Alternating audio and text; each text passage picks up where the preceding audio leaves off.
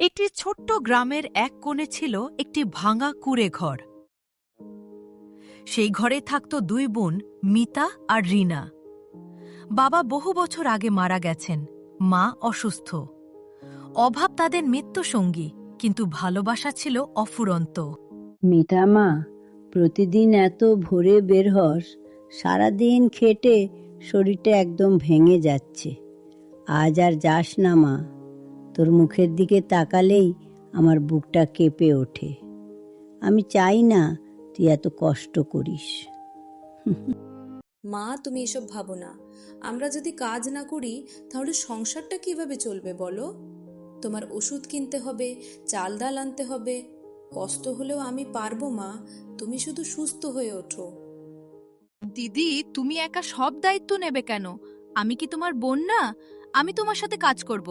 কষ্ট হলে দুজন মিলে ভাগ করে নেব। তুই আমার শক্তি রে রিনা। তুই পাশে থাকলে আমি হাজার কষ্ট হাসি মুখে সহ্য করতে পারি। একদিন তারা কাজের খোঁজে গেল গ্রামের ধনী বাড়ি। গ্রামের সবচেয়ে বড় বাড়িটি ছিল সুবর্ণা দেবীর।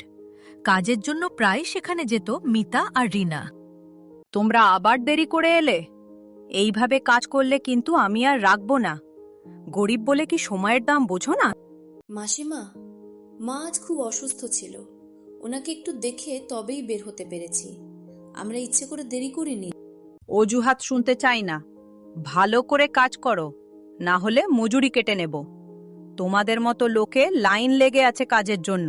দিদি, আমরা এত পরিশ্রম করি, তবুও সবাই আমাদের এমনভাবে কথা বলে কেন? গরিব হলেই কি মানুষের সম্মান থাকে না? কাঁদিস না রিনা, মনে রাখবি আমাদের সম্মান আমাদের কাজেই। আজ তারা ছোট করে দেখছে, কিন্তু একদিন আমরা নিজেদের যোগ্যতায় মাথা উঁচু করে দাঁড়াবো। এই নাও তোমাদের মজুরি। যতটুকু পাও তাতেই খুশি থাকতে শেখো। চলো রিনা, আমরা পরিশ্রমের উপর ভরসা রাখি। মানুষের কথায় ভেঙে পড়লে চলবে না। সন্ধ্যায় বাড়ি ফেরার পথে হঠাৎ তারা দেখল এক বৃদ্ধ মানুষ রাস্তার পাশে পড়ে আছেন। দিদি, উনাকে দেখে মনে হচ্ছে খুব অসুস্থ। আমরা কি সাহায্য করব? অবশ্যই করব। গরিব বলে আমাদের মন গরিব হবে না। মা, একটু মাথা ঘুরে পড়ে গিয়েছিলাম। তোমরা না এলে উঠতেই পারতাম না। দুই বোন তাকে ধরে ধীরে ধীরে বাড়ি পৌঁছে দিল। তোমাদের এই উপকার আমি কোনোদিন ভুলব না। পরদিন জানা গেল সেই বৃদ্ধ ছিলেন গ্রামের প্রধান হরনাথ কাকুর আত্মীয়। তোমরাই কি আমার কাকাকে বাড়ি পৌঁছে দিয়েছিলে? তোমাদের সাহস আর মানবতা আমাকে খুব আনন্দ দিয়েছে। আমরা শুধু একজন অসহায় মানুষকে সাহায্য করেছি কাকু, এর বেশি কিছু না। তোমাদের মতো মানবিক মেয়ে আজকাল দেখা যায় না। তোমরা কি পড়াশোনা করো? অভাবের জন্য পড়া বন্ধ হয়ে গেছে কাকু। আজ থেকে তোমাদের পড়াশোনার দায়িত্ব আমার। তোমরা শুধু মন দিয়ে পড়ো। সেদিন দুই বোনের জীবনে নতুন সূর্য উঠল। বছর কেটে গেল। কঠোর পরিশ্রম আর অধ্যবসায়ের ফল একদিন ফুটে উঠল। মিতা হল গ্রামের স্কুলের শিক্ষিকা, আর রিনা হল একজন সেবিকা, মানুষের সেবায় নিয়োজিত। আজ আমার মেয়েদের জন্য পুরো গ্রাম গর্ব করছে। তোমাদের কষ্ট সার্থক হলো মা। দিদি, মনে আছে সেই দিনগুলো? অপমান, অভাব সব আজ গল্প হয়ে গেছে।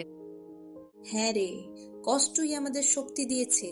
আমরা গরিব ছিলাম, কিন্তু স্বপ্নে কখনো গরিব ছিলাম না। দিদি, তুমি শুধু আমার বড় বোন না, তুমি আমার প্রেরণা। আর তুই আমার সাহস। মনে রাখবি, মানুষকে ছোট করে দেখে যারা, তারা কখনো বড় হতে পারে না। বড় হতে হলে মন বড় হতে হয়। যে দুই বোনকে একদিন সবাই অবহেলা করত, আজ তাদেরই সম্মানে মাথা নত করে পুরো গ্রাম। গরিব হওয়া দোষ নয়, দোষ হল স্বপ্ন ছেড়ে দেওয়া। যাদের মন সৎ আর পরিশ্রম সত্যিকারের, ভাগ্য একদিন তাদের দরজায় কড়া নাড়বেই। মিতা আর রিনার গল্প আমাদের শেখায়, অভাব সাময়িক, কিন্তু আশা চিরস্থায়ী। ভিডিওটি ভালো লাগলে পল্লী কার্টুন স্টুডিও চ্যানেলটি সাবস্ক্রাইব করে পাশে থাকুন।